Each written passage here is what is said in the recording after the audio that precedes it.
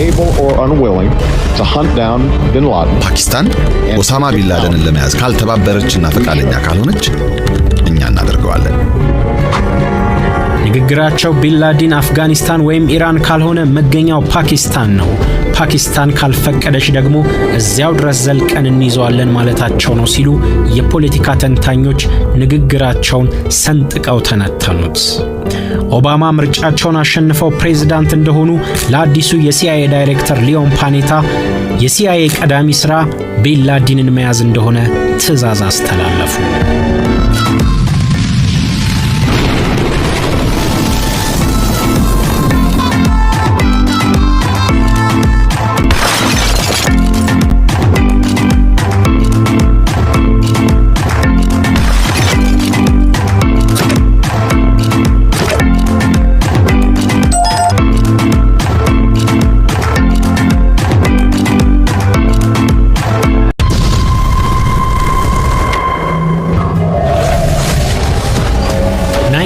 ተብሎ የሚጠራው ጥቃት ከደረሰ ወዲህ ፕሬዝዳንት ቡሽና የሚመሩት መንግስታቸው ቀዳሚ ትኩረት ኦሳማ ቢንላዲንን አድኖ መያዝ ነበር። በጊዜው ቡሽ በልበ ሙሉነት የገባበት ገብተን አድነን ለፍርድ እናቀርበዋለን ሲሉ ተደመጡ። የቢንላዲን መገኛ ቶራ ቦራ ተብሎ በሚጠራው የአፍጋኒስታን ተራራ ምሽጎች ነው ተባለ። እዚህ ነው እዚያ ነው ተገመተ። የአልቃይዳውን መሪ ለማግኘት አሜሪካ ላይ ወጣች፣ ታች ወረደች። ጊዜዎች ነጉዱ። አሜሪካ አሁንም ዳግም የ9/11 አይነት ሽብር ሊፈጸም ይችላል ከሚለው ስጋቷ ጋር ከመሆኗም ሌላ ያንን ዓለምን ጉድ ያሰኘውን ጥቃት አሜሪካ ምድር ላይ ያሳየውና ያቀነባበረው የጥቃቱ ፈጻሚ አልቃይዳን የሚመራው በምድር ቁጥር 1 ተፈላጊው ሰው ኦሳማ ቢንላዲን ሊያዝ ቀርቶ የት እንዳለ እንኳን ለማወቅ አልቻለች። የት እንደሚገኝ ያውቃሉ? የት እንዳለ አላውቅም። የመካከለኛው ምስራቅን ፖለቲካ በልቶታል የሚባለው ጋዜጠኛ ሲናገር አንዳንዶች ኢራን፣ ሌሎች ደግሞ አፍጋኒስታን ነው ይላሉ። ለኦሳማ ቅርብ የሚባሉት ሰዎች እንኳን የት እንደሆነ አያውቁ። በ2008 እንደ አውሮፓውያን አቆጣጠር የአሜሪካ ፕሬዝዳንታዊ ምርጫ ተወዳዳሪ የነበሩት ኦባማ ፕሬዝዳንት ሆነው ከተመረጡ በየትኛው መንገድ ቢንላዲንን ለመያዝ ቃል ገቡ። ለፕሬዝዳንትነት ስወዳደር በቀዳሚነት የምንፈልገው አልቃይዳን እንደሆነ ጎላ አድርጌ ገለጽኩ። በጊዜው በምርጫ ቅስቀሳ ላይ አስገራሚ የተባለውን ንግግር ተናገሩ። ፓኪስታን ኦሳማ ቢን ላደንን ለመያዝ ካልተባበረችና ፈቃደኛ ካልሆነች እኛ እናደርገዋለን። ንግግራቸው ቢንላዲን አፍጋኒስታን ወይም ኢራን ካልሆነ መገኛው ፓኪስታን ነው። ፓኪስታን ካልፈቀደች ደግሞ እዚያው ድረስ ዘልቀን እንይዘዋለን ማለታቸው ነው ሲሉ የፖለቲካ ተንታኞች ንግግራቸውን ሰንጥቀው ተነተኑት። ኦባማ ምርጫቸውን አሸንፈው ፕሬዝዳንት እንደሆኑ ለአዲሱ የሲአይኤ ዳይሬክተር ሊዮን ፓኔታ የሲአይኤ ቀዳሚ ሥራ ቢንላዲንን መያዝ እንደሆነ ትዕዛዝ አስተላለፉ። ሲአይኤ ቀደም ሲል ከነበረው የቢንላዲን መዝገብ በመነሳት አዲስ የምርመራ አቅጣጫን ያዘ። አሜሪካ እስካሁን ቢንላዲንን ለመፈለግ የሄደችበት መንገድ ላይ የዚህ ሰው መገኛ አልታወቀም። የቢንላዲን ሰዎች እንዴት ይገናኛሉ? ትዕዛዙን የሚያስተላልፈው ማን ነው? እንዴት አድርጎ? ማንስ ይቀበላል? በምን መንገድ ለቀጣዩ ሰው ትዕዛዙን ያሻግራል? እነዚህን ጥያቄዎች መመለስና ይህንን የግንኙነት መረብ ማሰስ የሲአይኤ ሥራ ሆነ። ይህንን ምርመራ ወደ አዲስ አቅጣጫ የወሰደ የተባለለት ፍንጭ ከጓንታናሞ እስር ቤት ተገኘ። አሜሪካ በሽብር ጠርጥራ ካሰረችው አንድ እስረኛ ሚስጥር እንዲያወጣ የተደረገበት ምርመራ ጫናን መቋቋም አቅቶት በተደጋጋሚ አንድ ስም ይጠራል።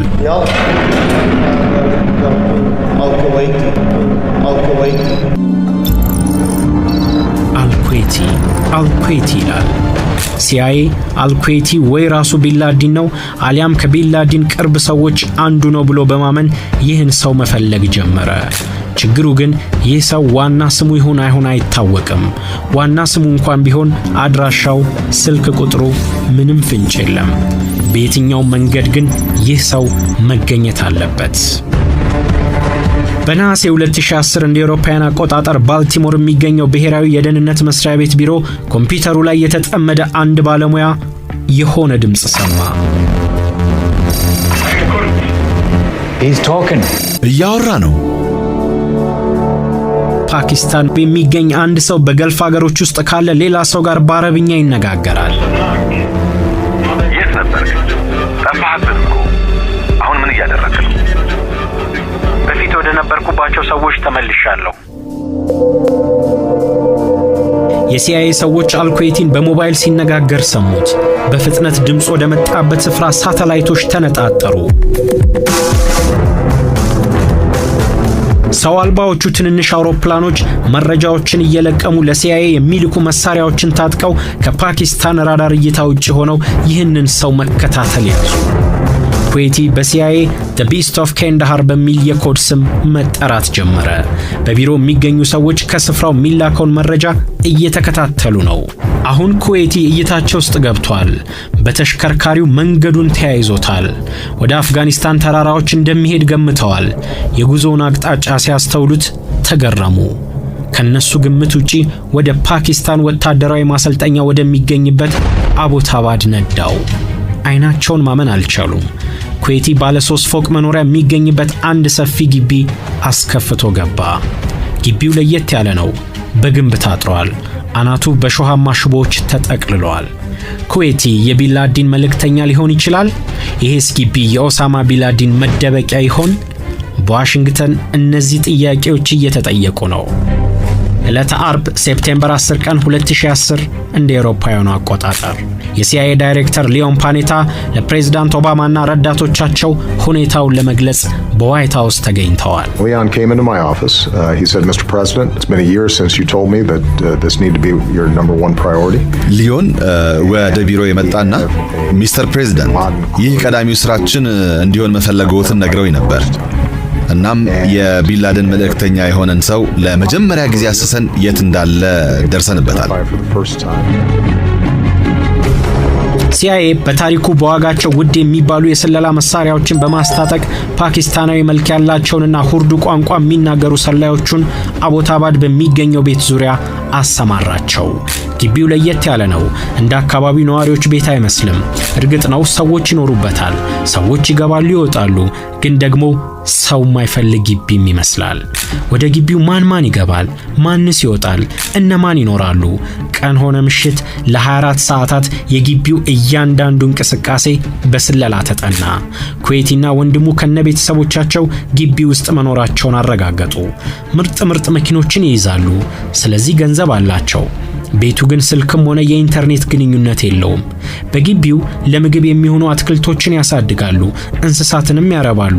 አይጠቅምም ያሉትን ቆሻሻ ያቃጥሉታል። አሜሪካውያኑ በዚህ ግቢ የሆነ ነገር አለ ብለው ጠርጥረዋል። ግን ፓኪስታናውያን ወታደሮች በበዙበት በዚህ ስፍራ ተጨማሪ ነገር ማድረግ አይችሉም፣ አደጋ አለውና። አንድ ቀን ኩዌቲ መኪናውን ይዞ ሲወጣ ተከተሉት። በሄደበት መንገድ ሁሉ እየተፈራረቁ እሱ ሳያውቅ ተከታተሉት። በርካታ ኪሎ ሜትሮችን አቋርጦ አንድ ስልክ ደወለ። በሚኖርበት ቤት አቅራቢያ ኢንተርኔት ካፌ ቢኖርም ኢንተርኔት ካፌ ፍለጋ የግማሽ ቀን መንገድ አቋርጦ ይሄዳል። አንዴ የገባበትን የኢንተርኔት ካፌ ድጋሚ አይጎበኘውም። የሚፈለገውን ሰርቶ በራሱ ሜሞሪ ካርድ ላይ ገልብጦ ኮምፒውተሩ ላይ የሰፈረውን ሙልጭ አድርጎ ያጠፋዋል። ይህ ከፍተኛ ጥንቃቄ ለሲአይኤ ይህ ሰው በእርግጥም ከዋናዎቹ የአልቃይዳ ሰዎች የአንዱ አይንና ጆሮ ነው የሚለውን ጥርጣሬያቸውን አጎላው። ግን የየትኛው የአልቃይዳ መሪ? በቤታቸው አቅራቢያ ክሪኬት የሚጫወቱ ፓኪስታናውያን ሕፃናት ኳስ ወደ ግቢው ሲገባባቸው አልኩዌቲና ወንድሙ በር ከፍተው ሕፃናቱን ያናግራሉ። ኳስ ገብቶብን ነው ሲሏቸው ኳስ የለም እንኩ ሌላ ግዙና ተጫወቱ ብለው ገንዘብ ይሰጧቸዋል እንጂ ኳሱን አይመልሱላቸው። ይልቁንም ኳሱን ያቃጥሉታል። የሲአይኤ ሰዎች ይህንን ሁሉ በጥንቃቄ ይከታተላሉ። በቤቱ 3ኛ ፎቅ ላይ የሚኖረው ሰው ግን ከሌሎቹም በበለጠ ተደብቆ መኖሩን ይጠረጥራሉ። ግቢው ውስጥ የሚኖሩ ሴቶች ወደ ገበያ፣ ልጆች ወደ ትምህርት ቤት ያለ መሄዳቸው ነገር ጥያቄ ውስጥ ይገባል። በ3ኛ ፎቅ ላይ የሚኖረው ሰው በጣም አልፎ አልፎ በግቢው አትክልቶች መካከል ይንሸራሸራል እንጂ እንደ አልኩዌቲና ወንድሙ በፍጹም ወደ ውጭ ወጥቶ አያውቅም። ድሮን የሚባሉት ትንንሽ ሰው አልባዎቹ አውሮፕላኖች፣ ሳተላይቶቹም ሆኑ በስፍራው ያሉት ቃኞች ሁሉም ትኩረታቸውን እዚህ ሰው ላይ አነጣጠሩ። ዘ ፔሰር የሚል ስም አወጡለት። ይህ ሰው ኦሳማ ቢንላዲን ሊሆን ይችላል? ግን እንዴት ያረጋግጡ? ቢንላደን የፊት ገጽታውን ሊቀይር ይችላል ተብሎ ይጠረጠራል። ሊቀይር የማይችለው ቁመቱን ነው። 1 ሜትር ከ92 ሴንቲሜትር የሚረዝመው ቁመቱን በግቢው ሲዘዋወር በሳተላይትና በአካባቢው ካሉ የሲአይኤ ሰዎች በተወሰደ ፎቶግራፍ አረማመዱን ከጥላውና ከፀሐይ አቅጣጫ ጋር በመለካት የዚህ ሰውና የቢንላደን ቁመት ይገጥማል ወይስ ይለያያል ብለው ማስላትን ተያያዙት። ቀድሞ የቢንላደንን ምስል የያዙ ቪዲዮዎች ወጥተው አንድ ባንድ ተፈተሹ። እርግጥ ነው በሂደት ገጽታው ደክሟል፣ እርጅና ተጫጭኖታል። ታዲያ ይሄ ሰው ቢንላደን ነው? መኖሪያው ስኳሻ ወጥቶ በዚህ በአቦታባድ ነው? ምስሉን የመረመሩ ሰዎች አንዳንዶቹ እርግጥ ነው ይህ ሰው ቢንላደን ነው አሉ። ሌሎቹ ደግሞ አይደለም ቢንላደን ነው ለማለት ይሄ በቂ መረጃ አይደለም አሉ። በሐሳብ ተከፋፈሉ። ማክሰኞ ዲሴምበር 14 2010 የሲአይኤ ሰዎች መረጃውን አጠናክረው ያገኙትን ለፕሬዝዳንት ኦባማ ቀረቡላቸው። ኦባማ ጉዳዩን ካጤኑ በኋላ እሺ መልካም ያቀረባችሁትን ተረድቻለሁ፣ ታዲያ ይህንን ሰው ለመያዝ ምን ማድረግ ይኖርብናል ጠየቁ። በመጨረሻም የአሜሪካ የስለላ ድርጅት ግቢው ላይ በምን መንገድ ጥቃት ለመፈጸም እንደሚቻል አማራጭ ሐሳቦችን እንዲያቀርብ ትዕዛዝ አስተላለፉ። የሲአይኤው አለቃ ሊዮን ፓኔታ ወዲያውኑ ጆይንት ስፔሻል ፎርስስ ኦፕሬሽንስ ኮማንድ የሚባለውን የአሜሪካ ምርጥ ኃይሎችን የያዘው ተቋምን አነጋገሩ። በስራው በጣም ምስጉን ከሆነው አድሚራል ማክሬቨን ጋር ተወያዩና የደረሱበትን መረጃ ሰጡት። በምን መንገድ ጥቃት መፈጸም እንደሚቻልም መከሩ። በዚህ መካከል ኦሳማ ቢንላደን በቴሌቪዥን አሜሪካውያን ላይ ጥቃት እንደሚፈጽም ተናገረ። የገደለ መሞት፣ አይን ያጠፋ ደግሞ አይኑ መጥፋት እንዳለበት በቴሌቪዥን መልእክቱ አሰማ። ሊዮን ፓኔታ ደግሞ በምን መንገድ ጥቃቱን መፈጸም እንደሚቻል አማራጮቹን ለፕሬዝዳንት ባራክ ኦባማና የቅርብ ባለስልጣኖቻቸው ለመግለጽ ዋይት ሃውስ ተገኝተዋል። የመጀመሪያው አማራጭ ከፓኪስታን የደህንነት መስሪያ ቤት ጋር በመተባበር ሰውየውን ይዞ በቁጥጥር ስር ማዋል። ይህኛውን አማራጭ አልተቀበሉትም። የፓኪስታን ጉዳይ ለአሜሪካ ራስ ምታት ነው። በሆነ ጊዜ የአሜሪካ ወዳጅ ሆና ትተባበራለች፣ ሌላ ጊዜ ደግሞ እምቢ ትላለች። ፓኪስታን ወዳጅና ጠላት አይነት ነው ግንኙነቷ። እነሱ እንደሚሉት ፌነሚ ፍሬንድ ኤንድ ኤኒሚ እንደማለት። ሁለተኛው አማራጭ በአየር ላይ ቢ52 ቦምብን ጥሎ ወይም በክሩዝ ሚሳይል ህንፃውን ማጋየት። ይሄ ደግሞ ምናልባት ቤቱ ውስጥ ለውስጥ ማምለጫ ካለው ሙሉ ለሙሉ ከነስር መሰረቱ ለማጋየት 907 ኪሎ ግራም የሚመዝኑ 32 ያህል ፈንጂዎችን መጠቀም ግድ ይላል። ይህንን ያህል ጥቃት መሰንዘር ደግሞ ሰላማዊ ዜጎች በፍንዳታው እንደማይሞቱ ዋስትና አይሰጥም። በዚያ ላይ ደግሞ የሞቱ ሰዎች ማንነትን ከጥቃቱ በኋላ ለማወቅም አያስችልም። ፕሬዝዳንት ኦባማም ጉዳዩን ይረዱታል። I thought it was important if we were going to go into a sovereign country that we had to have some proof that in fact it was bin Laden rather than አንዲት ሉዓላዊት ሀገር ገብተን ሚሳኤል ለመተኮስ እዚያ ቤት ውስጥ ቢንላደን ለመኖሩና ያ ሰው እሱ ለመሆኑ በቂ ማረጋገጫ ማቅረብ ይኖርብናል። ሶስተኛው አማራጭ ምርጥ የተባሉ ኮማንዶዎች ፓኪስታን ምድር ገብተው ወደ ግቢው በመዝለቅ ጥቃት እንዲፈጽሙ ማድረግ። ይሄኛው አማራጭ ደግሞ በጣም ያስፈራል። ፓኪስታን በገዛ ሀገሯ ያለሷ እውቅና የታጠቁ የውጭ ኃይሎች ወታደራዊ ተልዕኮ ላይ እንዳሉ ብትደርስባቸውና እርምጃ ብትወስድ አሜሪካውያኑ ኮማንዶች ላይ ሊደርስ የሚችለውን አለማሰብ ይሻላል። የአሜሪካ ፖለቲከኞች በሶማሊያ ሞቃዲሾ የአሜሪካውያን አስከሬን መንገድ ለመንገድ ሲጎተት አሜሪካውያን ታጋቾችን ለማስለቀቅ ተሞክሮ ያልተሳካውን የኢራን ኦፕሬሽን በጊዜው ፕሬዝዳንት ጂሚ ካርተር ይቅር በሉኝ ለሆነው ሁሉ ኃላፊነቱ የኔ ነው የሚለው ንግግራቸው ማንም አይረሳው። Of the two aircraft which collided were killed. The responsibility is fully my own. ታዲያ ኦባማ ፕሬዝዳንትነታቸውን ጥያቄ ውስጥ የሚያስገባ ይህንን ውሳኔ ወስነው ኮማንዶዎቻቸውን ከፓኪስታን እውቅና ውጪ ወደ ፓኪስታን ይላኩ? ካልሆነስ ምናልባት ቢንላደንን ሊይዙ የሚችሉበትን እድል ያምክኑት? የትኛውን ውሳኔ ወስኑ? አጣብቂኝ ውስጥ የሚያስገባ ምርጫ።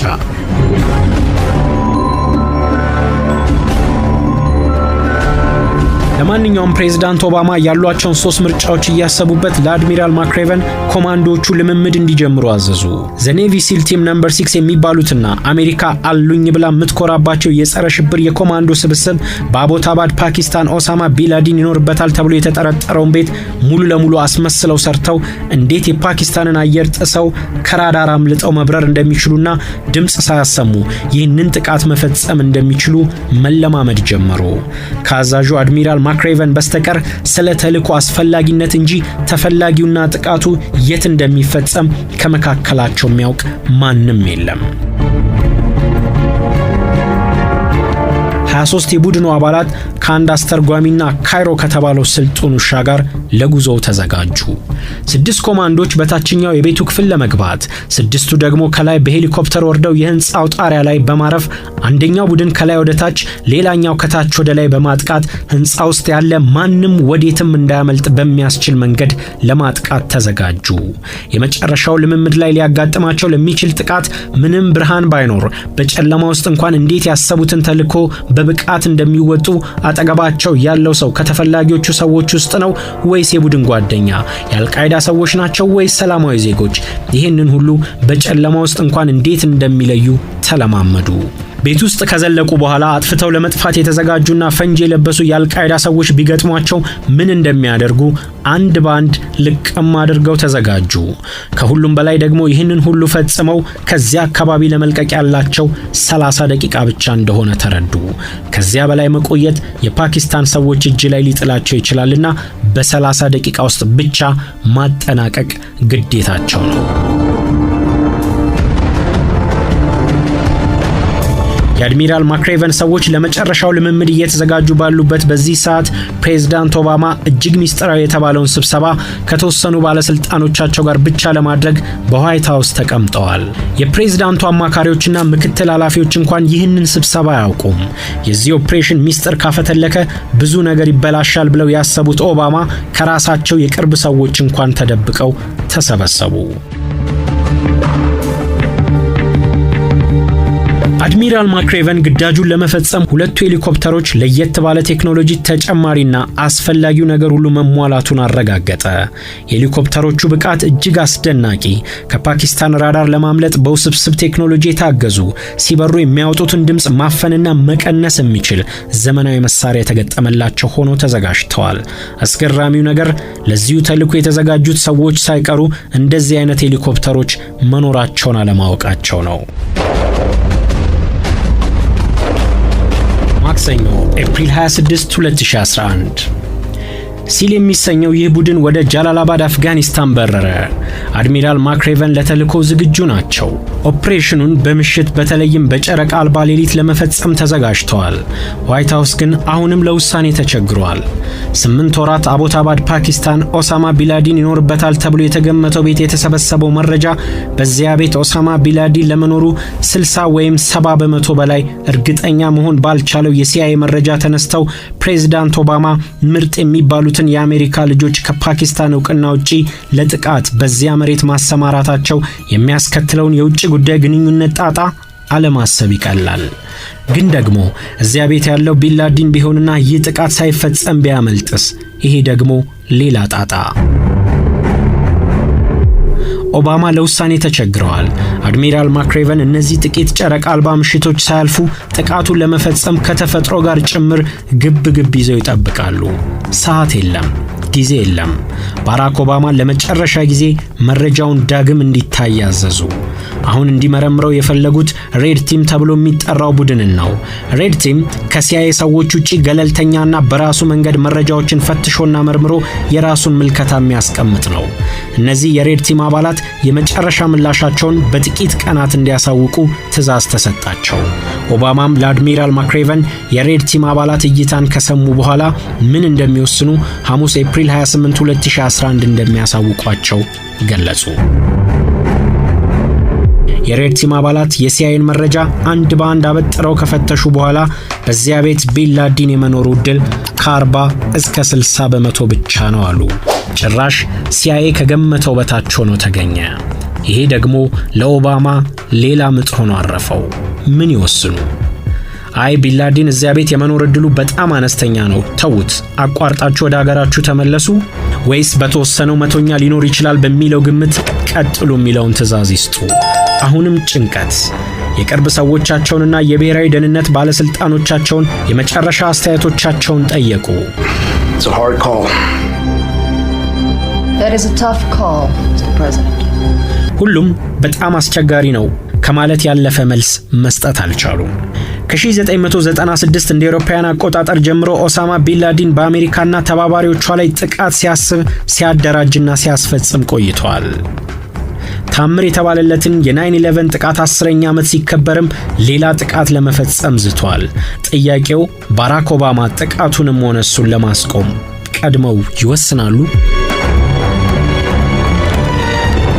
ኤፕሪል 29 2011 ዕለተ አርብ ፕሬዝዳንት ኦባማ የመጨረሻ ውሳኔያቸው ምን እንደሆነ ለወሳኝ የደህንነት ባለስልጣኖቻቸው ሊያሳውቁ ተዘጋጁ።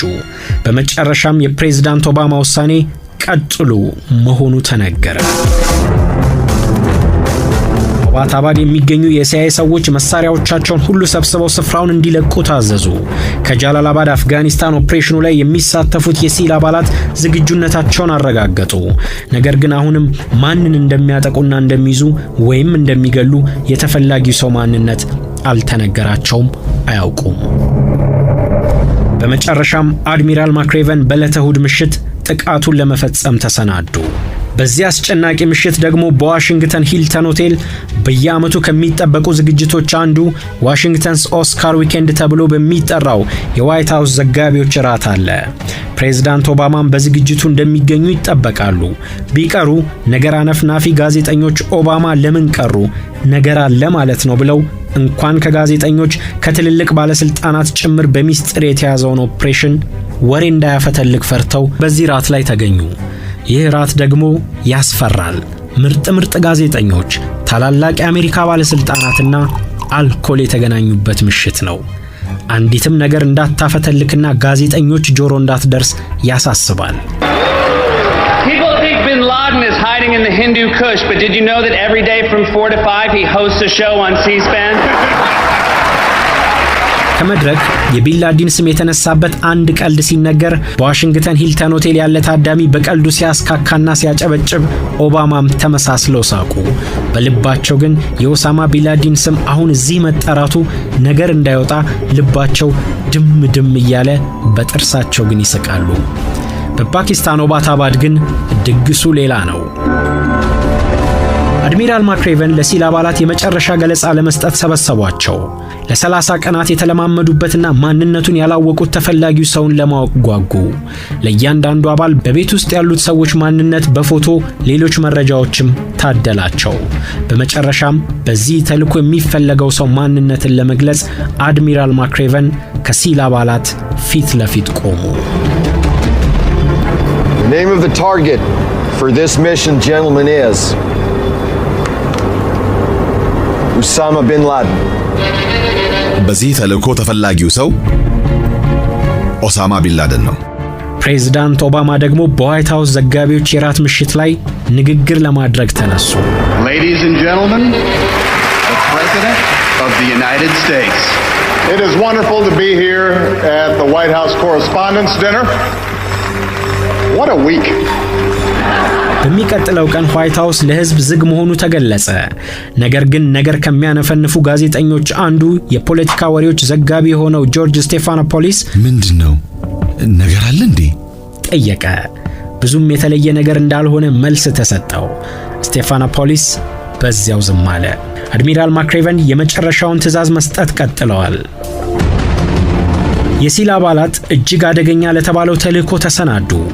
ዋሽንግተን ዋይት ሃውስ በዕለተ እሁድ ጧት ምንም የተለየ ነገር እንደሌለ ለማስመሰል ባራክ ኦባማ ቁምጣቸውን ለብሰው የጎልፍ ጨዋታ ላይ ናቸው።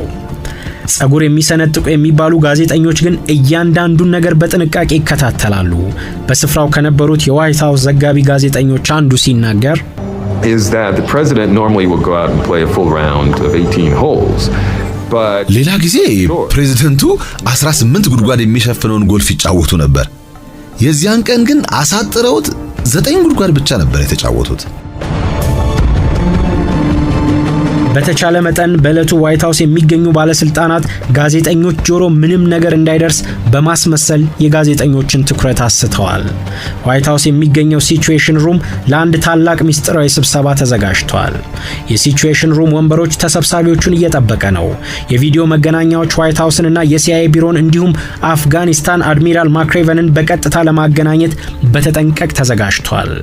በጉጉት የሚጠበቀው የኦፕሬሽኑ ሰዓት ደረሰ። በፓኪስታን ፀሐይ ለመጥለቅ ደርሳለች። ጨረቃ በማትወጣበት በዚያ ምሽት እንደታቀደው ለኦፕሬሽኑ እየተመቸ ነው። ፕሬዝዳንት ኦባማ ይሄ ተልዕኮ እንዲቋረጥ ከፈለጉ ለመወሰን ያላቸው የመጨረሻ ጊዜ አሁን ብቻ ነው። የሲል አባላት ወደ ሄሊኮፕተሮቻቸው አመሩ። 2 ሺኑክ ሄሊኮፕተሮችም የሆነ ነገር ቢፈጠር የተዘጋጁ 56 ተጨማሪ ወታደሮችን ጫኑ። እሁድ ሜይ 1 ከምሽቱ 5 ሰዓት በፓኪስታን ሰዓት አቆጣጠር ቲም 6 የሚባለውን ቡድን የያዙ 2 ሄሊኮፕተሮች ወደ ፓኪስታን አቦታባድ መብረር ጀመሩ። 2 ሺኑክ ሄሊኮፕተሮች ደግሞ ነዳጅና ተጠባባቂውን ኃይል ይዘው ተከተሏቸው። ድምጾች ተቀነሱ። ግንኙነት በሚስጥራዊ የጽሑፍ መልእክት ብቻ እንዲሆን ታዘዘ። የፓኪስታን ራዳር አንድ ነገር ካየ ነገር አለቀ። ጉዞው ቀጠለ። አፍጋኒስታን ከምሽቱ 5 ሰዓት ከ21 ደቂቃ፣ ዋሽንግተን ከቀኑ 8 ሰዓት ከ50 ደቂቃ።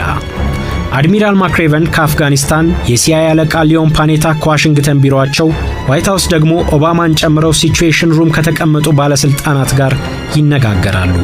በ30 ዓመታት በአሜሪካ ውስጥ ያልታየውን ኦፕሬሽን እነ ኦባማ በቀጥታ መከታተል ጀመሩ። የሄሊኮፕተሮቹ ጉዞ ቀጥሏል። 240 ኪሎ ሜትር የሚደርሰው ጉዞ 1 ሰዓት ከግማሽ ይወስዳል። ከራዳር እይታ ለመሰወር ከመሬት ትንሽ ብቻ ከፍ ብለው በዛፎች መካከል እየተሽለከለኩ በፍጥነት መብረር ይጠበቅባቸዋል። በፓኪስታን ራዳር እይታ ውስጥ ከገቡ ደግሞ አሜሪካ ፓኪስታን ላይ በይፋ ጦርነት እንዳወጀች ሊቆጠር ይችላል። ነገሩ ሁሉ ይደበላለቃል።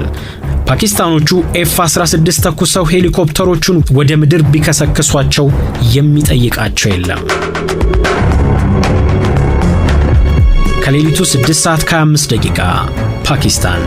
ሄሊኮፕተሮቹ ወደ ስፍራው እየደረሱ ነው። ከሁለቱ ብላክ ሃውክ ሄሊኮፕተሮች አንደኛዋ ችግር ገጠማት። ሄሊኮፕተሯ ተጨማሪ የተገጠመላት መሳሪያና ከተገመተው በላይ በኦባታባድ የነበረው ሙቀት ባሰበችበት መንገድ እንዳታርፍ እንቅፋት ሆነባት። ፓይለቱም የከፋ አደጋ ሳይመጣ በግቢው አትክልቶች ውስጥ በግድ አሳረፋት። በዋይት ሃውስ በቀጥታ የሆነውን የሚመለከቱ ሁሉ ቁና መተንፈስ ያዙ። ከዚህ በኋላ ወደ ኋላ መመለስ አይችሉም። ሞቃዲሾ በ1993፣ ኢራን በ1990 የሆነውን ሁሉም ያውቃል። ያ ቀን ዳግም መጣ አሉ። በዋይት ሃውስ ጭንቅ ሆነ። ሁሉም ፈራ፣ ደነገጠ። ባራክ ኦባማ ሲያስታውሱ We were able to monitor the situation in real time. We could see that there were problems initially with one of the helicopters landing. ነገሩን በቀጥታ እየተከታተልን አንደኛው ሄሊኮፕተር ለማረፍ ችግር እንደገጠመው ተመለከተ። ሁሉም ሰው ትንፋሹን ውጦ ነበር። ያ ያልታሰበ ነበር። ግቢው ላይ ጥቃት ለመፈጸም አንዱ ቡድን ባለ 3 ፎቅ ቤት ጣሪያ ላይ አርፎ ሌላኛው ከታች ዘልቆ ለማጥቃት የታሰበው ዕቅድ ችግር ገጠመው። የዋይት ሃውስ ሰዎች ደንግጠዋል። ተልኮን የሚመሩት አድሚራል ማክሬቨን ብቻ ተረጋግተው ስራቸውን ቀጥለዋል። ወደ ቀጣዩ ሁለተኛ አማራጭ ዕቅዳቸው ዞሩ። ሁሉም አባላት ከታች ገብተው እንዲያጠቁ አዘዙ። በዚያ ድቅድቅ ጨለማ የሲል አባላት በፊት ለፊት ተከፋፍለው በቡድን ሆነው ወደ ውስጥ ዘለቁ።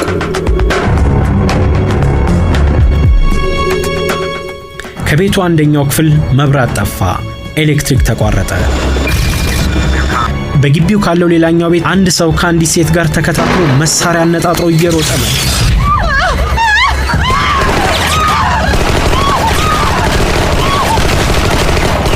ድምፅ አልባ ጥይታቸውን ደረቱ ላይ አርከፈከፉበት። ወደቀ። መተው የጣሉት ሰው ኩዌቲና ባለቤቱ መሆናቸውን አረጋገጡና ወደ ውስጥ መዝለቅ ጀመሩ። በአካባቢው ያሉ አንዳንድ ነዋሪዎች ድምጹን ሰሙ።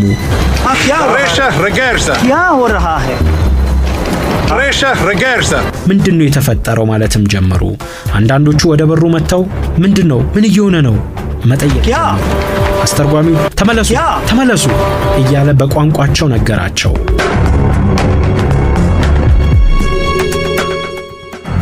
ሌላ ሰው ደግሞ ከግቢው ወደ ዋናው ቤት ሲሮጥ በጥይት ተቀበሉት። ቤቱ ውስጥ ያለው ነገር ምን እንደሆነ አይታወቅም። ተቀጣጣይ ፈንጂ ሊኖር ይችላል። የተዘጋውን በር በፈንጂ ከፍተውት ወደ ውስጥ ገቡ። አሁን ዋይት ሃውስ ሲቹዌሽን ሩም ያሉት ባለስልጣናት የሚከታተሉት ምስል ተቋረጠባቸው። አሁን ምን እየተካሄደ እንደሆነ አናውቅም። ተኩስ እንዳለና ፍንዳታ እየሰማንም ነው። ይሄን እናውቃለን።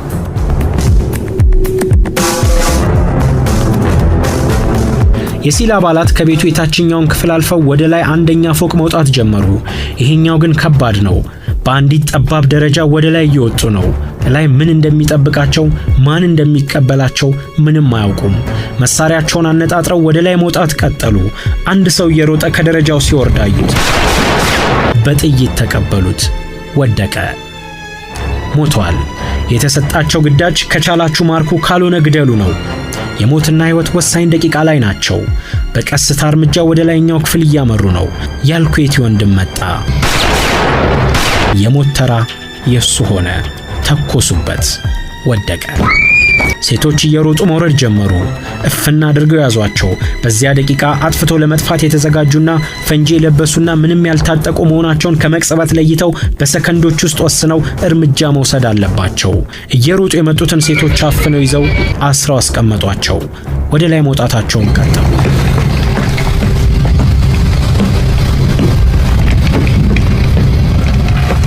ሶስተኛ ፎቅ ላይ ደረሱ።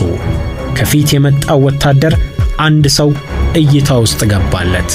ረጅም ጢማም፣ የክፍሉ ጥግ ላይ ቆሞ ምን እየመጣ እንደሆነ ሲመለከት አየው። ቢንላዲን ነው።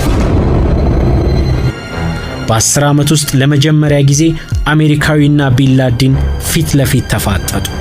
ተኮሰበት። ሸወደው። ወደ ውስጥ ወደ ክፍሉ ገባ። ወዲያውኑ ዋይት ሃውስ ሲቹዌሽን ሩም ከአድሚራል ማክሬቨን አንድ ድምፅ ተሰማ። ተረጋግጧል። ቤት ውስጥ ቢንላዲን መኖሩን እርግጠኛ ሆኑ። በዚህ ኦፕሬሽን ለቢንላዲን የተሰጠው የሚስጥር ስም ጂናን አሞድ በቤቱ መኖሩን አረጋገጡ። ቢንላዲን አለ። እሺ፣ ቀጥሎ ምን ያደርጋል? አጥፍቶ ለመጥፋት ቤቱን በፈንጂ ያጋየዋል ወይስ ምን? ቀጣዩ የዋይት ሃውስ ስጋት። ሁለት የሲል አባላት ቢንላዲንን ተከትለውት ወደ ክፍሉ ገቡ። አንዲት ሴት እየጮኸች ወደ እነሱ ተንደረደረች። የመናዊት ሚስቱ አማል ነች። ሶስተኛው ፎቅ ከሁለቱ ለየት ያለ ሲሆን መስኮት ያለው በአንደኛው አቅጣጫ ብቻ ነው። እዚያ ክፍል የሚኖሩት ቢንላዲንና ከሌሎቹ በእድሜ አነስተኛዋና አዲሷ የመናዊት ሚስቱ አማል ነች። ከሷ ሌላ ሁለት ሚስቶቹና በርካታ ልጆቹም በዚሁ ቤት የታችኛው ክፍል ይኖራሉ። የሚስቶቹ ዕድሜ ከ29 ዓመቷ አማል እስከ 62 ዓመቷ ካይሪያ መካከል ነው። ቢንላዲን ካይሪያን ያገባት እንደ አውሮፓውያን አቆጣጠር በ1985 እሱ የ28 ዓመት ዕድሜው ላይ ሆኖ እሷ ደግሞ በ35 ዓመቷ ነበር። ለየት ያለ ሙያ ባለቤትና መስማት የተሳናቸው ልጆች መምህርት የነበረችው ካይሪያ ፒኤችዲዋን የሰራች ከሀብታም ቤተሰብ የተገኘች ሴትም ነች። በአስቸጋሪው የቢንላዲን ሰዓት ካይሪያ ከአፍጋኒስታን ወደ ጎረቤት ኢራን የቢንላዲንን ልጆች ይዛ ተሰደደች። ለ4 ዓመታት ያህልም በኢራን በቤት ውስጥ በሚባል ስራ ሳለፈች። በ2010 እንደ አውሮፓውያን አቆጣጠር ከቴሄራን ወደ ገጠራማዋ የፓኪስታን ክፍል 2414 ኪሎ ሜትር ያህል ተራራማና በረሃማ ጎዳናዎችን አቆራርጣ በመጨረሻም አቦታባድ ደርሳ ዳግም ከባለቤቷ ቢንላዲን ጋር ለመገናኘት ችላለች። ከካይሪያ ቀጥሎ ቢንላዲን ያገባት ሁለተኛዋ ሚስቱ ሲሃም ቢን አብዱላህ ቢን ሁሴን 54 ዓመቷ ሲሆን እሷም በቁርአን ሰዋሰው ፒኤችዲ መስራት የቻለች ምሁር ነች። እስከ 1990ዎቹ አጋማሽ ሲሃም ከቢንላዲን ጋር በሱዳን ኖረዋል። ገጣሚ፣ በስነ ጽሑፍ ችሎታዋ ምጡቋ ሲሃም የቢንላዲንን ጽሑፎችና ንግግሮች በማረም ትረዳው ነበር። ቢንላዲን በዕድሜ አነስተኛዋንና የመጨረሻዋን ሚስቱን ያገባው የ9/11 ጥቃት ከመፈጸሙ ዓመት አካባቢ ቀደም ብሎ ነው። በጊዜው እሷ 43 ዓመቱ ሲሆን አማል ደግሞ 17 ዓመቷ ነበር። የ26 ዓመት የዕድሜ ልዩነት ቢኖራቸውም 5 ልጆችን አበርክታለታለች። ከነዚህ መካከል ሁለቱ የተወለዱት በዚሁ በአቦታባድ መኖሪያቸው ውስጥ ነው። ግቢው ውስጥ ከዋናው ፎቅ ገንጠል ብሎ ባለው ቤት ኩዌቲና ቤተሰቦቹ ይኖራሉ። የኩዌቲ ሚስት መርያም እጅግ አልፎ አልፎ ለማጽዳት ካልሆነ በስተቀር ወደ ትልቁ ቤት አትገባም። በ2011 አንድ ጊዜ ብቻ ረጅሙን ጢማም ሰው ብትመለከተውም ስለዚህ እንግዳ ሰው ለማንም እንዳታወራ ኩዌቲ አስጠንቅቋታል። ጣሪያው ቅርብ የሆነው የቢንላዲን መኝታ ቤት እንደሱ ላለ ረጅም ሰው እምብዛም አይመችም። አነስተኛው መታጠቢያ ቤት ላይ ግድግዳው አረንጓዴ ምንጣፍ ቢለብስም ወለሉ ግን ባዶ ነው። ከመኝታ ቤቱ ቀጥሎ ኩሽና አለ። ከሱ ቀጥሎ ቢንላዲን የሚያነብበት ክፍል አለ። ብዙውን ጊዜ የሚያሳልፈው እዚህ ሲሆን የክፍሉ መደርደሪያ በርካታ መጻሕፍትን ይዟል። መጨረሻ በሲአይኤ እጅ ይገባል ብሎ ባያስብም በመልእክተኞቹ በኩል ለአልቃይዳ አመራር የሚልካቸው መልእክቶቹ እዚህ ክፍል ነው የሚጻፉት። አንድ የተገኘውና በሶማሌ ለሚገኘው አልሻባብ ለተባለው ቡድን የላከው መልእክት ላይ በምንም አይነት መንገድ ራሳቸውን ከአልቃይዳ ስም ጋር እንዳያስተሳስሩ ነግሯቸዋል። ምክንያቱ ደግሞ የጠላቶችን እይታ ትስባላችሁ፣ ከአረብ ባለጸጋዎችም ገንዘብ ለማግኘት አያስችላችሁ ምና ሲልም መክሯቸዋል። በዚህ የመጨረሻው የምጥ ሰዓት የቢንላዲን የመጨረሻ ባለቤቱ ሐማል እየጮኸች ወደ እነሱ ተንደረደረች። እግሯ ላይ ተኩሰው ጣሏት። አሁን ከቢንላዲን ጋር ፊት ለፊት ተፋጠጡ። ምንም አልያዘም። ሐማል አሁንም ጮኸች።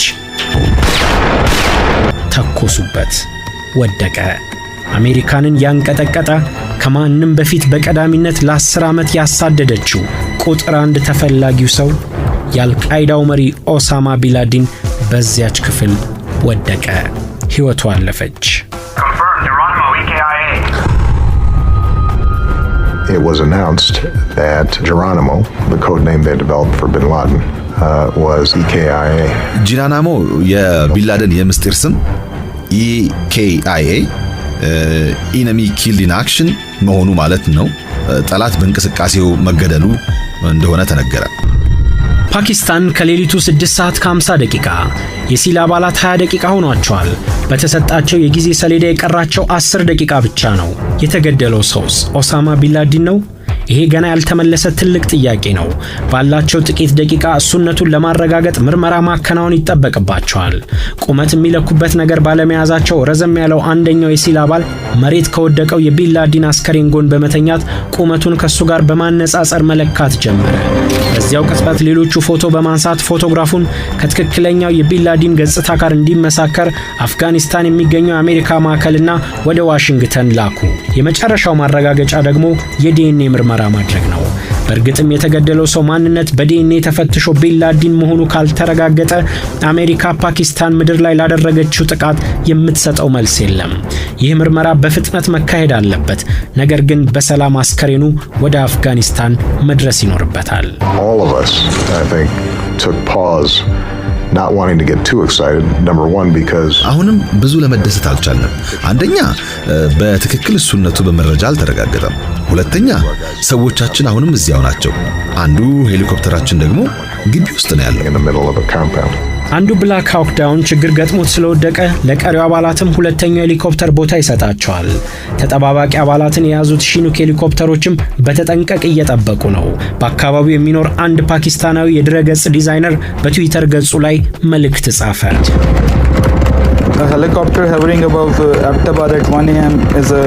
ከምሽቱ 7 ሰዓት ላይ በአቦታባድ ሄሊኮፕተር ያልተለመደ ነገር ነው። አሁን የሲል አባላት አቦታባድ ላይ ካረፉ 33 ደቂቃ ሆኗቸዋል። ተልእኮውን ለማጠናቀቅ ካሰቡበት 3 ደቂቃ አልፏቸዋል። ድንገት የፓኪስታን ኃይሎች በየትኛውም ደቂቃ ሊመጡ ይችላሉ። በተለይ ደግሞ የያዙትን አስከሬን በሰላም ወደ አፍጋኒስታን በመውሰድ የገደሉት ሰው ማንነት ኦሳማ ቢንላዲን መሆኑን እስከሚያረጋግጡ ችግር ላይ ናቸው። በእያንዳንዱ ክፍል ያገኙትን ሁሉ ለቃቅመው ሰበሰቡ። በርከት ያለ ገንዘብ፣ ቀጣይ ጥቃት ለማድረግ የተነደፈ እቅድ፣ ሌላም ሰብስበው ለቀሙና አሁን አንድ ትልቅ ውሳኔ የሚጠይቅ ጉዳይ አለ። የወደቀውን ሄሊኮፕተር ምን ያድርጉት? ሄሊኮፕተሩን ይዘው መሄድ አይችሉም። ያላቸው አማራጭ ወይ ትተውት ሄደው በኋላ መደራደር፣ ያ ካልሆነ ደግሞ አጋይተውት መሄድ ነው። $60 ሚሊዮን የሚያወጣውን እጅግ ዘመናዊ ቴክኖሎጂ የተላበሰውን ይህንን ሄሊኮፕተር በፓኪስታን እጅ እንዲገባ አልፈቀዱም። ለማጋየት ወሰኑ። ችግሩ ግን የፍንዳታው ድምጽ የፓኪስታንን ኃይሎች ቀስቅሶ እነሱ አፍጋኒስታን ከመድረሳቸው በፊት ጥቃት እንዳይሰነዘርባቸው ያሰጋል። አንደኛው ቡድን አካባቢው የነበሩትን ሴቶችና ሕፃናትን ሰብስበው በፍንዳታው እንዳይጎዱ ሲያርቋቸው፣ ሌላኛው ቡድን ሄሊኮፕተሩን ለማፈንዳት ተዘጋጀ።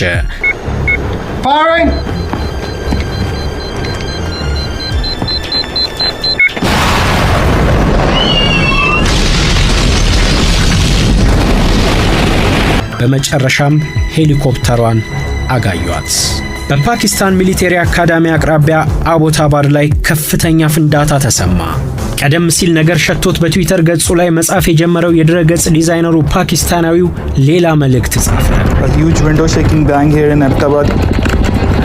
መስኮቶችን ያነቃነቀ ከባድ ፍንዳታ። እዚህ አቦታባድ ላይ የሆነ መጥፎ ነገር መጀመሪያ እንደማይሆን ተስፋ አደርጋለሁ። ፓኪስታን ከሌሊቱ 7 ሰዓት ከ8 ደቂቃ የሲል አባላቱና ገለነዋል ብለው ያመኑትን የኦሳማ ቢንላዲን አስከሬን የያዘችው ሄሊኮፕተር ወደ አፍጋኒስታን ጉዞ ጀምራለች። ነዳጇ እያለቀ ነው። ቢያንስ አፍጋኒስታን ድንበር ደርሳ ነዳጅ መሙላት ይኖርባታል። በዋሽንግተን ፕሬዝዳንት ኦባማና ባለስልጣኖቻቸው በጭንቀት ሆነው ቀጣዩን ዜና ለመስማት እየተጠባበቁ ነው። በፓኪስታን ከሌሊቱ 9 ሰዓት፣ ዋሽንግተን ከምሽቱ 12 ሰዓት ላይ ሄሊኮፕተሯ በአፍጋኒስታን ድንበር ላይ ነዳጅ ሞልታ በሰላም ጀላላባድ አፍጋኒስታን አረፈች። የፓኪስታን ኃይሎች ወደ ግቢው ደረሱ። አንድ ሄሊኮፕተር ተከስክሶ በእሳት ሲነድ ተመለከቱ። ቤት ውስጥ የነበሩ የቢንላዲን ቤተሰቦች ደጅ ላይ ተኮልኩለዋል። That was a tense afternoon. It was the longest 40 minutes of my life other than when my daughter got sick. የሚያስጨንቅ ሰዓት ነበር። በህይወቴ ረጅሙ 40 ደቂቃ ይሄና ልጄ በ3 ወራታማ ሰላም መሆኗን እስክንሰማ የቆየሁበት ጊዜ ነው። ከአስከሬኑ ናሙና ተወስዶ የቢንላዲን መሆኑን ለማረጋገጥ ምርመራው ተጀመረ። የሱ ውጤት እስከሚደርስ የአስከሬኑ ምስል ተወስዶ በሲአይኤ በመረጃ ቋት ከሚገኝ ምስል ጋር በማመሳከር ቢንላዲን መሆን አለመሆኑን ይጣራም ጀመር። ኤክስፐርቶች ምርመራቸውን ቀጠሉ። በዋሽንግተን ከምሽቱ ለ1 ሰዓት 20 ጉዳይ ላይ ጥቃቱ ከተፈጸመ 2 ሰዓት በኋላ የፎቶግራፍ ማመሳከር ውጤት ታወቀ። የዲኤንኤ ምርመራ ውጤት ግን ገና 8 ሰዓት ይፈልጋል። በአቦታባድ የተከሰከሰው ሄሊኮፕተር ወሬ መሰራጨት ጀመረ። የአሜሪካን ሄሊኮፕተር እንደሆነም ተገመተ። ዋሽንግተን ጫና ላይ ናቸው። አሁን ወሬው መሰማት ተጀምሯል። ሚዲያው ነገሩን ማውጣቱ አይቀርም። እነ ኦባማ ከዚህ በላይ ጉዳዩን በሚስጥር መያዝ አይችሉም፣ መናገር አለባቸው። ግን ደግሞ የዲኤንኤ ውጤት ሳይታወቅ ምን ማለት ይችላሉ? At that point, what we knew was that the story was going to start breaking. በዚያ ሰዓት የወሬው ጭምጭምታ መሰማት ጀምሯል። ከዚያ በላይ ጉዳዩን በምስጢር መያዝ አንችልም። ስለዚህ የሆነውን የተፈጠረውንና ያደረግነውን መግለጽ አለብን። ዋሽንግተን ዲሲ ከምሽቱ 2 ሰዓት ከ35 ደቂቃ ከጥቃቱ 3 ሰዓታት በኋላ ባራክ ኦባማ ንግግር ለማድረግ ወሰኑ። በሚያስጨንቀው በዚያ ደቂቃ የንግግር ጸሐፊዎቻቸው ፕሬዝዳንቱ በኮሪደሩ አልፈው መነጋገሪያው ጋር እስከሚደርሱ ድረስ ሁሉ በምን መልኩ መነገር እንዳለበት ጽሑፉን በድጋሚ ያርማሉ፣ ያስተካክላሉ። በመጨረሻም ፕሬዝዳንት ኦባማ የዲኤንኤ ውጤት ከመምጣቱ በፊት ንግግር ለማድረግ መነጋገሪያው ጋር ቆሙ። በጃላላባድ አፍጋኒስታን ጥቃቱን የፈጸሙት የሲል አባላት ፕሬዝዳንቱ የሚያደርጉትን ንግግር በሳተላይት ቴሌቪዥን ለመከታተል ተሰብስበው ቴሌቪዥኑ ፊት ቆሙ። I can report to the American people and to the world that the United States has conducted an operation that killed Osama bin Laden, the leader of Al-Qaeda. ለአሜሪካ ሕዝብና ለዓለም የምለዋለኝ ዩናይትድ ስቴትስ የአልቃይዳውን መሪ በሺዎች የሚቆጠሩ ሰዎች ነፍሰ ገዳይ ኦሳማ ቢንላደንን ለመግደል ያስቻለ ጥቃት ፈጽማለች።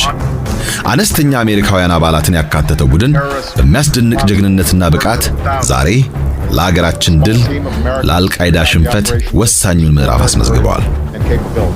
አሜሪካውያን በምሽቱ በየስፍራው ደስታቸውን በጭፈራ መግለጽ ቀጠሉ። በዚያው ምሽት የዲኤንኤ ቴክኒሻኖችም የተገደለው ሰው በትክክል ኦሳማ ቢንላዲን መሆኑን አረጋገጡ።